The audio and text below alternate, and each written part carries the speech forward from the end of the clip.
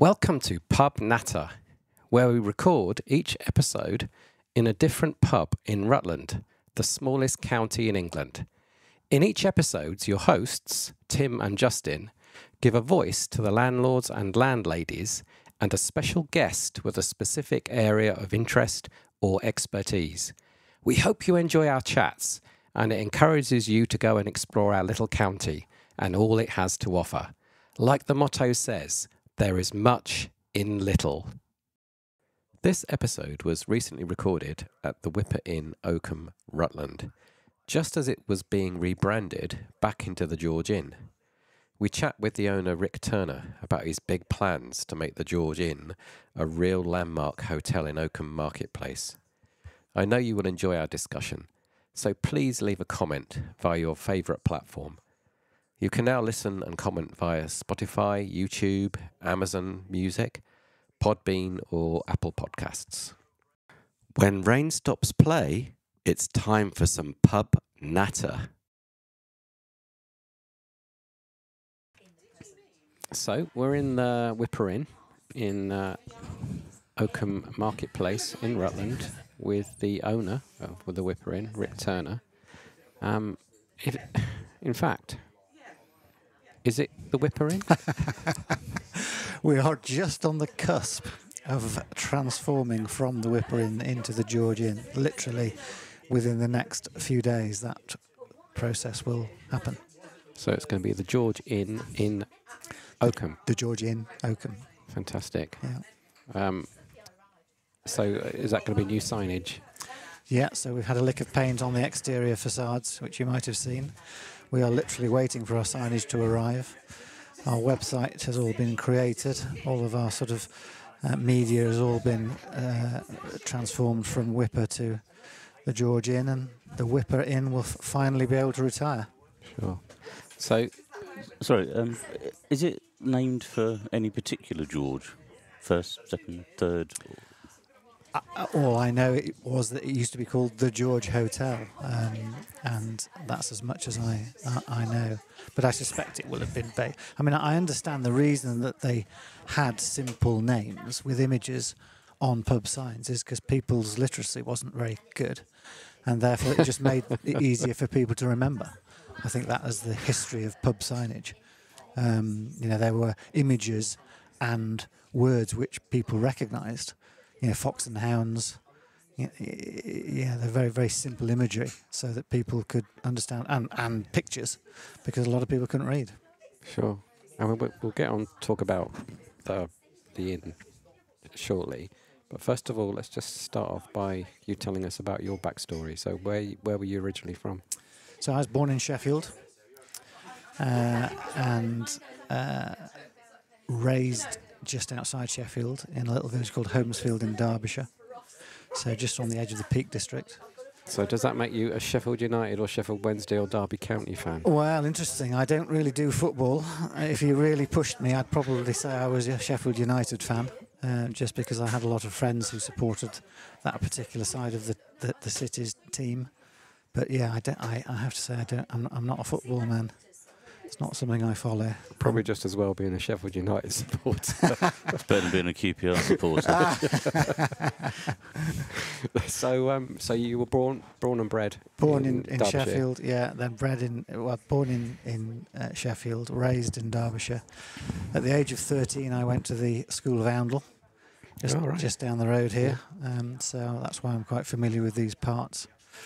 And I haven't particularly got a Yorkshire or a Derbyshire twang. So I schooled at Oundle and frequented, therefore, the George of Stamford a fair amount on Sundays and high days and holidays when parents were allowed to come and take us out. And in fact, spent a lot of time in the Haycock at Wansford, which was actually better then than the George of Stamford. Really? Yeah. It was all part of the same group, owned by the same family. I can't say I've ever been. And then it got bought out by one of the groups, and they built the big conferencing centre on it. So then I went to school at Oundle. I then left Oundle and effectively went to work. I was pushed into trying university and lasted 6 months. I really didn't want it to go. I'd done my education at Oundle. In fact, the last 2 years at Oundle, I struggled.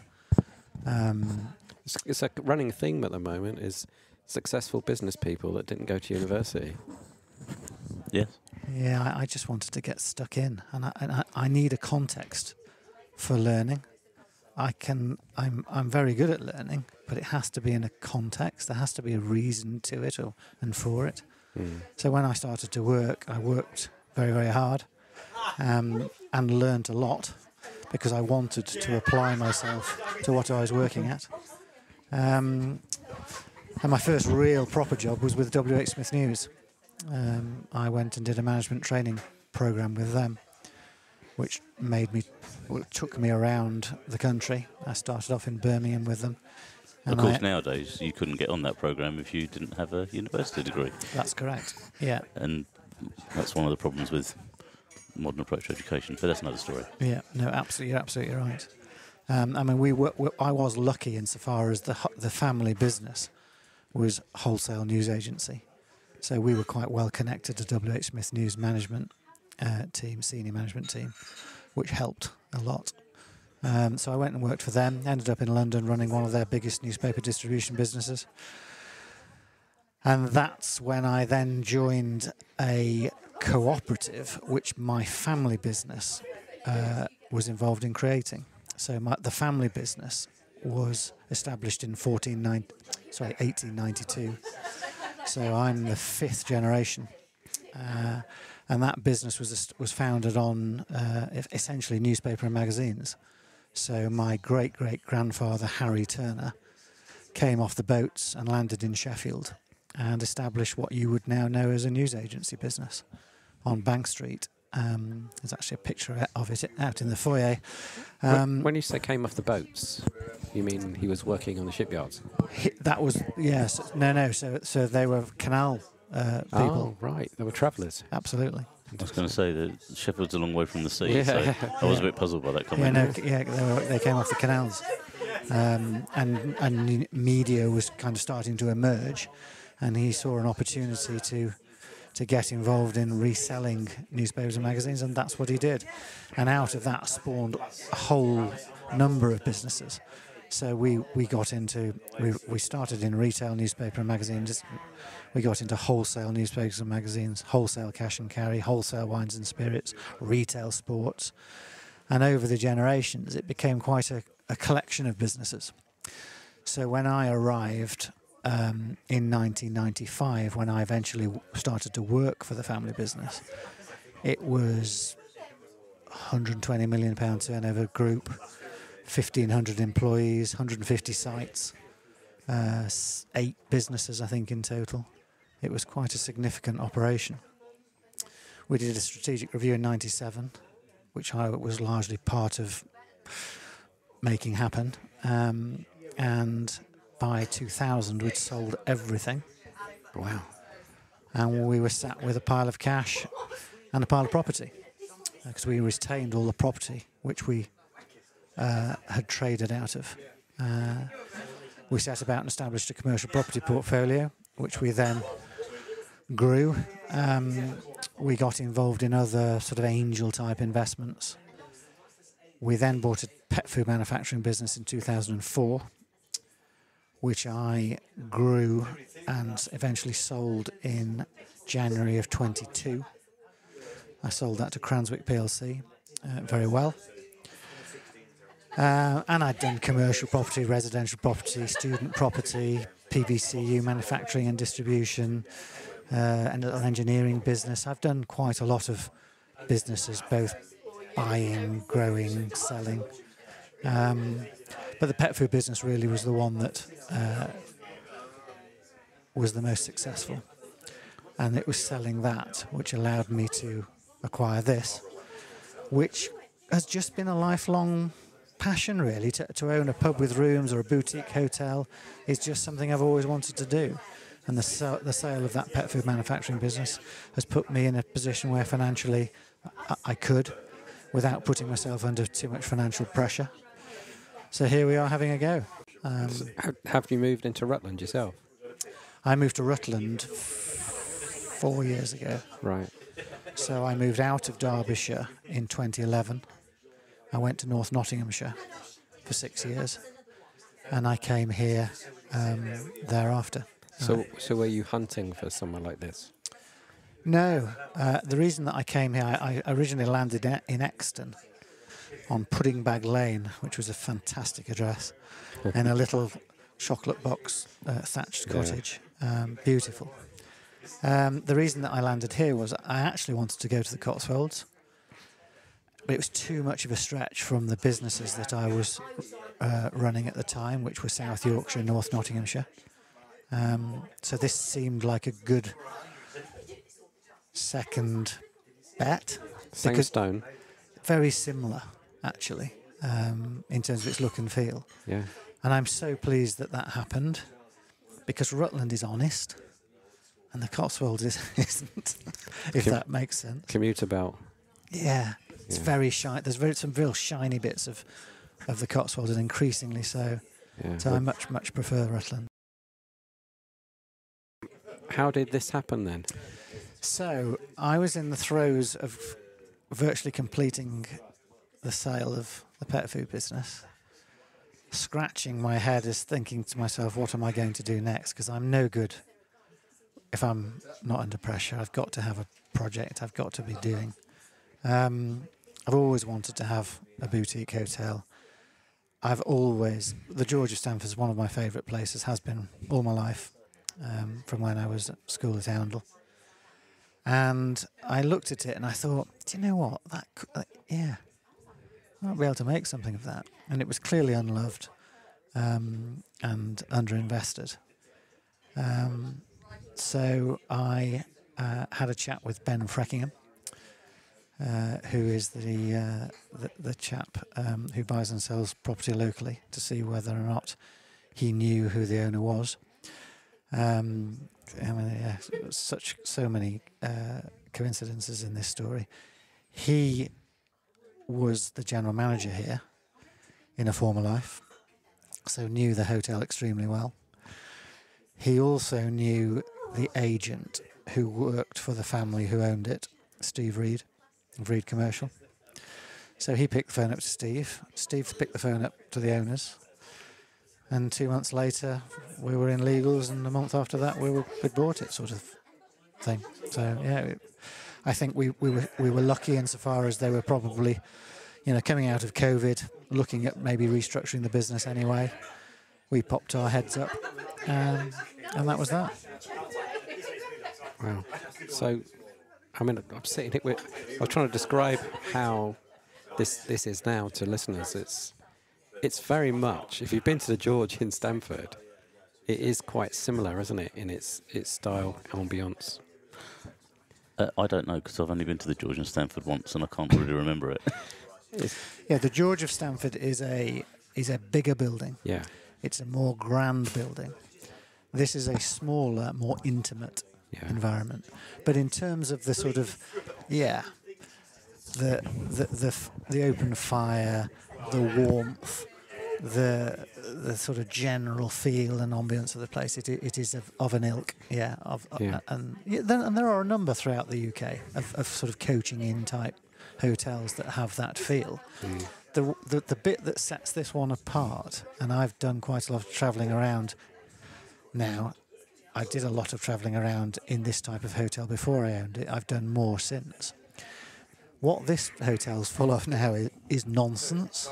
I call this nonsense, and it's everywhere. There's all sorts of nonsense, tranclements and bits of silliness and paintings and nothing quite matches, and it's a real eclectic mix of stuff.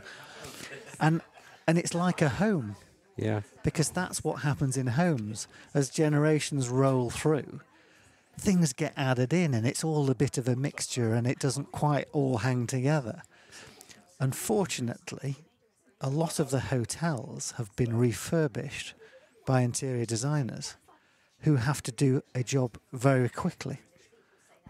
And you can't accumulate all the nonsense to do the job in the time that you've got available. Sure, yeah. So all of the stuff that's, I know it's difficult on a podcast for people to envisage this, but all the stuff that we can see around us, you haven't bought this here.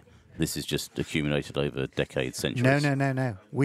So I've spent a year accumulating all this nonsense. So most of the nonsense that you see is new. But it looks like it's been here forever. Yeah, you've done a good job of that. Yeah, I second that. Definitely. That's the trick, isn't it? It looks like it's been here forever. Yeah. But it's actually all new. It looks a bit like Everything's Fraser new. Crane's apartment, for those that watch Frasier. So how much nonsense did you get rid of in order to accumulate the new nonsense? Quite a lot. Yes. And how did you determine what was unwanted nonsense and wanted nonsense? Well, there wasn't a lot of nonsense here, to be fair. Oh, okay. But all of the previous decor, in terms of chairs and tables, and I mean, it was fitted out like a little chef, really, when we came. It was completely inappropriate. There's nothing wrong with red leatherette, Or slippery, greasy floors. And the catalogues. Did you have the sullen serving people as well? And the pictures of the food that didn't match the food when it arrived. Terrible and charged photographs. $13.95 for an Olympic breakfast. I'm sure those photographs are of plastic food. Yeah, I'm sure you're right. It never look the same, does it? I was once on one of my many diets, and I went into a little chef, and I was not eating carbs, so I decided to have an omelette. And I asked for an omelette, and the chap that served me said, "Oh, we haven't got any omelettes." I said, I forgot an omelette. I said, what do you mean you haven't got any omelettes? I said, do you not? You must have some eggs. He said, No, well, we do, but that's not how we make the omelettes. They just come in a box. Put them in the microwave. Fantastic. Did you have a flashback to the States? So when people talk to us about when we came, we got a lot of asked a lot of questions. What are you going to do? And it's quite a difficult question to answer, because what we were going to do is create a feeling, and that feeling's made up of all sorts of different things. So the whole idea is when you come in to the Georgian in Oakham, it gives you a feeling, and it's colour, it's nonsense, it's lighting, it's products, it's odour, it's lots and lots of things that create an ambience, create a feeling, and it's quite difficult to write down and design. You just kind of have to build it as you go, because you can't go out and look for nonsense. You just have to go out and look at nonsense and make a decision that that's the right type of nonsense that's going to fit with the hotel. Yeah. It was really difficult to start with, to answer that question. What are you going to do? Because the answer was, we're going to create a feeling, an ambience, and my sense is that's what we've done. Yeah. Because that's what people are telling us. If you were to write that down and describe it, you probably wouldn't be able to do it. Correct. So it's just something that's actually going on in your head and nobody else really knows. And it's constantly evolving. The whole, we're gathering nonsense. We're changing things. Every time you come in here, there'll be something new that's been slightly moved. And it's it's a bit. The way I perceive this building is that I perceive it as my home. This is my parlour. You're my guests. It's my dining room. They're my bedrooms. It's my bar. It's my snug. It's my garden. And I very much sort of fitted it out in that way, with that thinking. What do I want? What's going to make me feel relaxed? Sure. Well, happy. That was going to go one of two ways, wasn't it? Really? Absolutely. Yeah. Absolutely. Well, I guess the evidence is that you got it right, because we're sat in here now and it's pretty busy. Yeah, it's 2/3 full. We can see people on a Thursday night. People genuinely come in here and say it's like going home. It is. And going back to the George analogy, the one thing I like about going in there is that you can sit down and have a conversation with somebody in a comfortable chair. Absolutely. And a decent pint. Absolutely. And what's really interesting is that it's a mixture in here tonight, but very often it's full of ladies, because they feel safe. It's quieter, and they can all meet together and have their little natter in a quiet environment. The chaps tend to go to the pub, and the ladies tend to come here for a natter and a glass of wine. So it's quite interesting how that demographic has split. Yeah, don't get me wrong, we do get gents in as well, but there's definitely a slight bias towards, and increasingly now what's happening is that we're getting more business people coming in to have a little business meeting, because again it's quiet, you can find a little corner, we've got some nice products, well presented. Sure. So if they're meeting customers or suppliers or that sort of thing. So it's very much, it isn't a pub. It isn't a pub. It's a much quieter, more comfortable environment. Sure. A county hotel feel. If you are enjoying this podcast, please leave us a comment in your preferred app. If you have suggestions for Rutland pubs or local guests that you would like to see featured, please get in touch. So what is your philosophy on food? We want to serve good quality English food, well served, well presented, well cooked, at a fair price,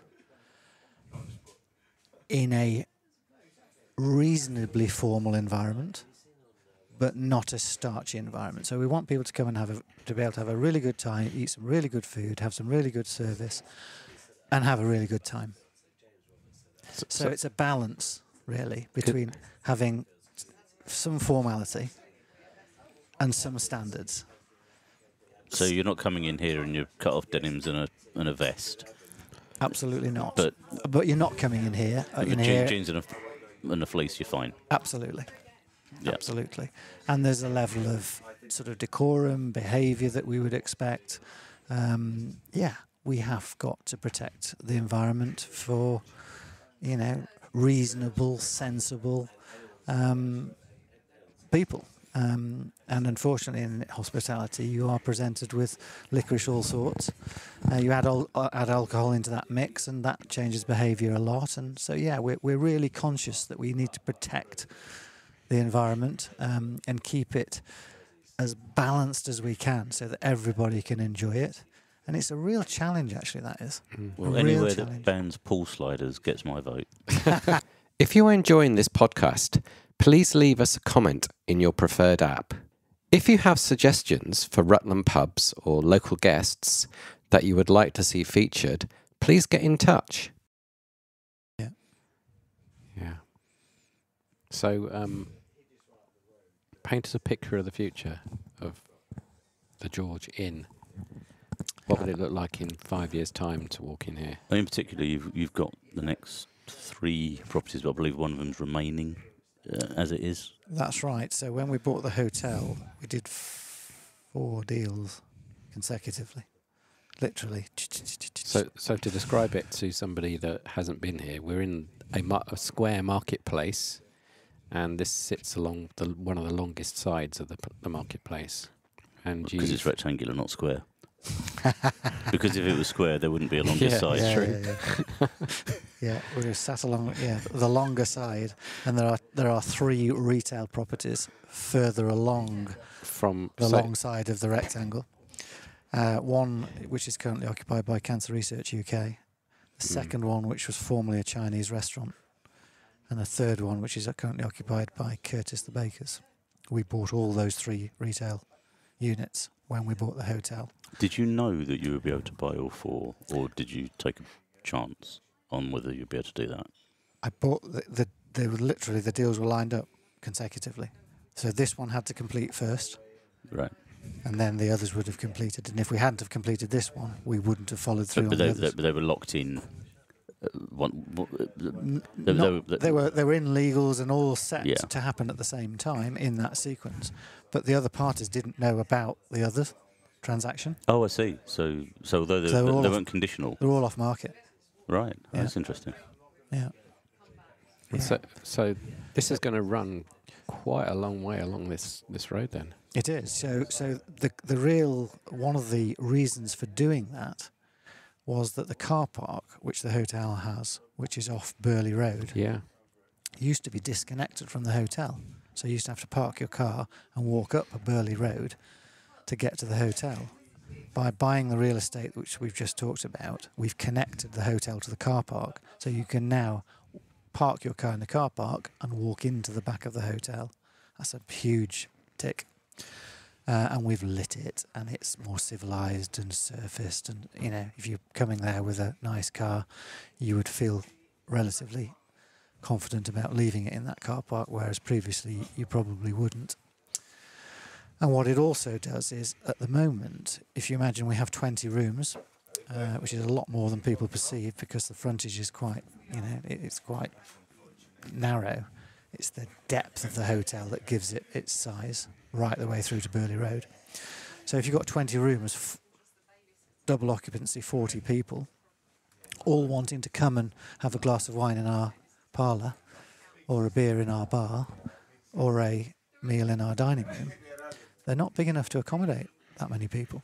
So the public area, as it currently exists, isn't really quite big enough to support the hotel if it was full and all those guests wanted to dwell and use the public areas, let alone anybody who wanted to come in and use it. So what the new real estate on the side is going to allow us to do is to relocate our dining room into that space, which will be marketplace facing, put a new kitchen behind it, move the bar, which is currently on the frontage, into the dining room, which will then flow out into the garden, and it will allow us to extend our parlour into the bar. So the comfortable, quieter areas will be double the size. The bar will probably be treble the size. The bar will be connected to the garden, which works.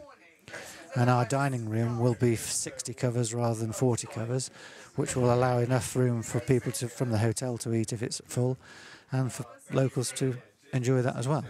So that sort of acquisition strategy solved all those inherent problems that the hotel has. Wow. So that's a very It's quite visionary. I'm quite fixated with the idea that you had all 4 lined up, but any one of them at any time could have pulled out and could have ended up with a tooth missing, if you like, from the set. Well, no, because this one had to happen first. So it was all teed up that this completed and then the others completed. So if I hadn't have got this, I wouldn't have bought them. If I had bought this and I hadn't been able to buy those, it would have been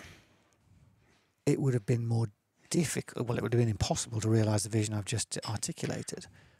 But it could still have been made to work. And this business, even now, we are a year in, we've rebuilt it. If we wanted to, we could stop here. And it could be tight and overfull. And we could manage that. Because that's a high-class problem, isn't it? If the hotel's full and we actually can't accommodate everybody to drink and they've got to go somewhere else, our hotel's full. So it's still a commercial proposition to run it as it is. But it does have those inherent problems which bolting that on resolves. I'm curious also, I've read about a cinema. Yeah, so part of the plan, which will see therefore a slight reduction in the number of rooms that we have, right out at the back on the Burley Road elevation, we're going to put a boutique cinema in it, we're going to put a gym in it, and we're going to put a little spa offering in it. And the whole idea behind that is to really make it a destination boutique hotel that people can travel to from out of the county, drop anchor, and there's a level of amenity within the hotel which keeps them within the hotel. So, come in on a Friday night, get up on a Saturday morning, you can have a pamper if you wanted to, you can go and do some exercise in the gym if you wanted to, you can then sit and have something to eat in the dining room, you could go and watch a film on the Saturday afternoon. So yeah, it's all part of building a level of amenity which means that people stay within the 4 walls of the hotel. And if I'm really, really honest with you, The reason we're having those things is because it's my house and I want them. And that's serious. You know, I love the idea of being able to sit down and watch a film in a proper sort of cinema environment. I love the idea of having a little gym that I can go and exercise in. And I love the idea of having a little jacuzzi and a sauna and a steam room. Because I'll use it. Yeah, especially in this weather. so That's fantastic. When's When's it all going to happen? Yeah. Well, that's the $1 million question. So you are... Well, the $2 million question from what I've read. Yeah. So you... Again, very, very good timing for you guys. Cancer Research UK have finally just confirmed that they are moving out of that unit. And they're moving to a new unit up in the industrial area. And that looks likely to be Q2 this year. So at least that will pave the way for that to happen. What we're absolutely going to do this year is we're going to do that Burley Road elevation. So we're going to do the cinema, the spa and the gym. That'll be done this year. And I suspect the new dining room will happen next year. So reasonably quickly. I'm not getting any younger. So when would you say that everything will be completed by? Best case scenario. It's a 3 to 5 year project. Right. Yeah. And the other thing is, I'm very, very lucky insofar as I'm under no commercial pressure to do this. So I'll do it when I'm ready, to my timing. And what we will do is we'll do it right. Sure, yeah. You know, that's what we've done with everything as we've gone. We've come under a lot of pressure. When are you going to do this? When are you going to do food? When we can. We are the opposite of most hospitality businesses, insofar as most hospitality businesses say yes and then work out how to do it. We often say no if we're not confident we can do it, because we do not want to under-deliver. We want to undersell and over-deliver. Are there any issues, the fact that it's a Grade 2 listed building? It's very protected under that legislation, which is absolutely right. But fundamentally, we want to restore it. The actual structure of the building, we don't want to touch. Really, it's a fit out. You know, the bar, turning the dining room into a bar is a fit out. Turning the bar into a parlour is a fit out. The two retail premises next door, turning them one back to a restaurant that was a restaurant and a retail unit to a restaurant, it's a fit out. You know, the facade doesn't change, the structure of the buildings doesn't change. We want to punch one doorway through to connect through. But that's not going to be contentious. So no, this is fundamentally a refurbishment, a restoration project. We wouldn't want to see, going back to your question, what we're going to see in 3 to 5 years' time. When you walk back into this parlour, I hope you'll think it's not changed. A bit more nonsense, perhaps.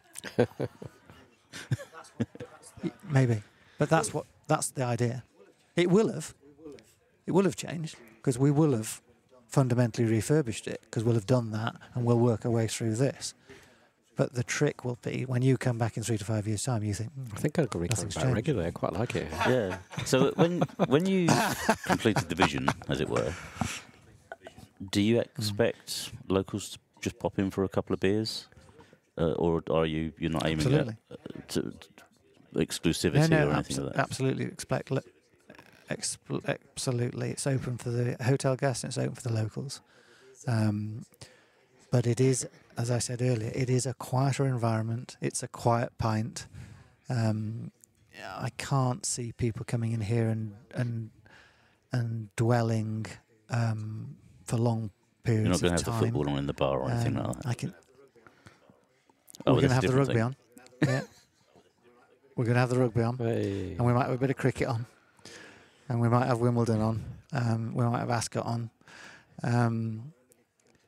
But we're not going to be competing with the sports bar over in Crown Walk. So let's talk beer. Next week, Camera are going to be having one of their monthly meetings here. They are. Looking forward to that. I'm learning a bit more about Camera. So what are your future plans for real ale in here? Well, it's an interesting area, really. I mean, we are a hotel, and we do sell a lot of gin, a lot of wine, and an amount of whiskey and brandy, and we're not beer focused, really. We realise that that's got to be a complementary product. I drink bitter, and I've worked my way through a few now. I started off with Theakston's, I think, on the hand pull. We then moved to Rutland's. We then had a go with the local brew, and I can't remember which one it was from the grain store. 1050. 1050. I think it might have been 1050. What's the Cooking and 1050 have been around since the grain store opened. I think it might have been 1050. And now you've got a Hammersmith brewery. That's right. We got. Then the reason we got that was because our supplier ran out of Ruddles. I liked Ruddles because it's the old Rutland brand, obviously. I much prefer the London Pride product. We did do some work with the local brewer Baker's that Dozen. you mentioned Give them earlier. a shout out because they're from Rutland. The Baker's Dozen. Absolutely. Yeah. But then again, this is going to sound bizarre. Everybody's got the local ale. I think that conversation's worth having next week with camera. Yeah. Everybody's got it. Yeah. And I want to differentiate. Baker's Dozen is less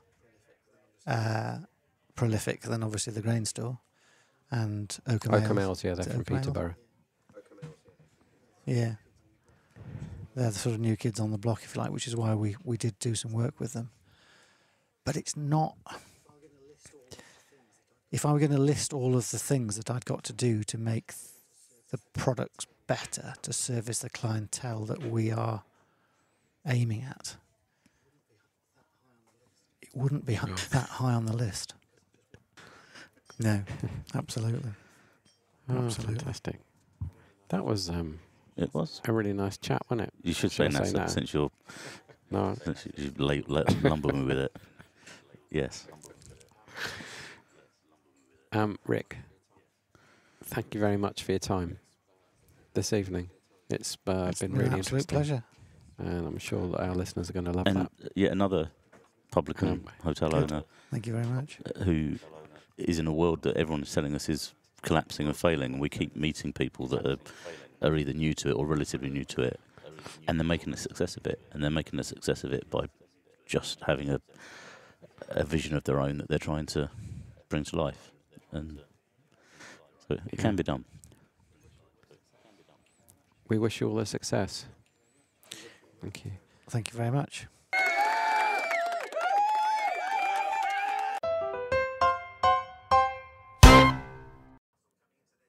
Thank you for listening to our chat with Ryck. Next episode features the chairman of Rutland County Council, Andrew Brown, JP, and was recorded on the same day as Ryck in the George Inn. So, that's a wrap, and thank you for listening to our latest pub natter. If you visit timothyives.com/pub natter, you will find photos, links, and more information about each episode. Please leave a review on Apple Podcasts and Spotify, and please subscribe to ensure you don't miss a pub or one of our amazing guests. The Pub Natter theme tune is by Tom Arnold. That was a Pub Natter broadcast.